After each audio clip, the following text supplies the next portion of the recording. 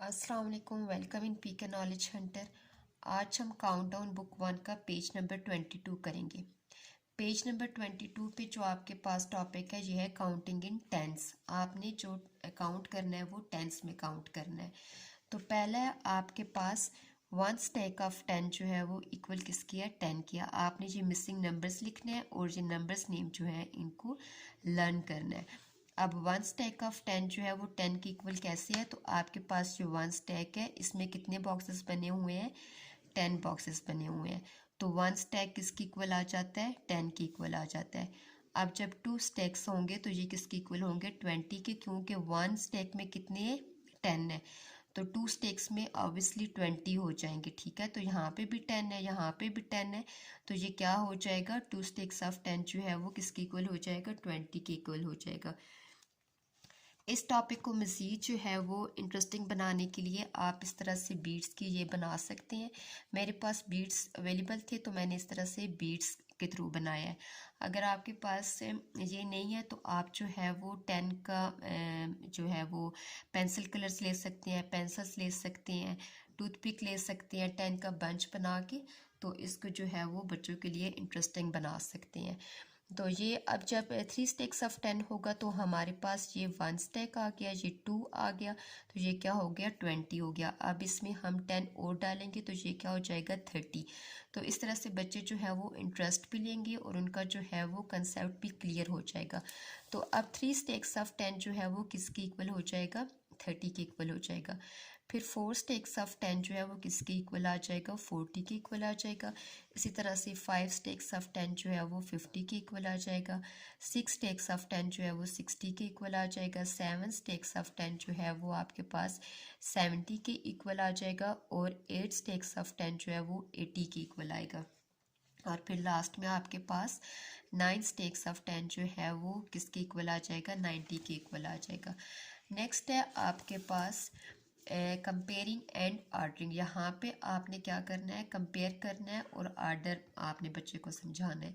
किस तरह से नंबर लाइन के थ्रू आप समझा सकते हैं कि जब हम ऑनवर्ड जाते हैं, ठीक है, लेफ्ट से राइट की तरफ जो आप ऑनवर्ड जाते हैं तो ये वैल्यूज़ क्या होती हैं, इंक्रीज होती जाती हैं। अब यहाँ पे 10 का ऑर्डर है, ठीक है, यानी 10 के बाद 20, तो ये बीच में जो छोटी छोटी लाइंस हैं इनको आप काउंट करेंगे तो ये 10 होंगी। ठीक है, 10 का गैप दिया गया है। तो अब जब आप ये ऑनवर्ड जाएंगे तो ये वैल्यूज़ क्या होंगी, इंक्रीज होंगी। और जब आप राइट से लेफ्ट की तरफ आएंगे, जब आप डाउनवर्ड आएंगे तो फिर ये क्या होंगी, वैल्यूज़ डिक्रीज होती जाएंगी। तो अब क्वेश्चन जो है वो देखिए आपके पास है कि which is greater, which is smaller.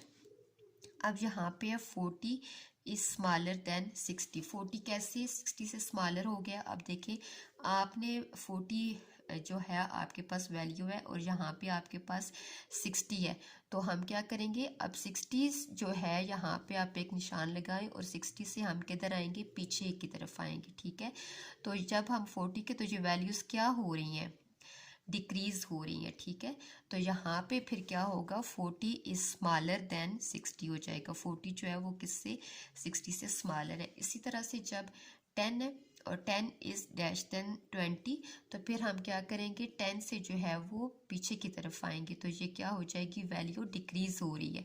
तो यहाँ पे फिर 10 की वैल्यू जो है वो 20 से कम है, क्योंकि ये 10 का ऑर्डर है। फिर हम यहाँ पे लिखेंगे 10 इज स्मॉलर देन 20। उसी तरह से है 50 इज डैश देन 40। अब 50 है तो अब यहाँ पे आगे क्या है आपके पास, 50 इज ग्रेटर देन 40। अब 50 है तो देखिए अब 40 पे आप वैल्यू जो है वो इंक्रीज हो रही है। ठीक है, इंक्रीज हो रही है तो फिर आप क्या लिखेंगे, 50 इज ग्रेटर देन 40। 50 जो है वो हम आगे की तरफ जा रहे हैं तो फिर 40 से क्या हो जाएगा, 50 यहाँ पे ग्रेटर हो जाएगा। फिर है आपके पास 80 इज ग्रेटर देन 30। अब 80 इज ग्रेटर देन 30, 80 हमारे पास यहाँ पे है और 30 यहाँ पे है, तो 30 से आप क्या करेंगे, ऑनवर्ड जाएंगे। तो जब यहाँ से ऑनवर्ड जाएंगे, आगे की तरफ जाएंगे, तो ये वैल्यूज़ क्या हो रही हैं, इंक्रीज हो रही हैं आपके पास। तो फिर क्या हो जाएगा, 80 इज ग्रेटर देन 30 आ जाएगा। उसके बाद है 70 इज ग्रेटर देन 50।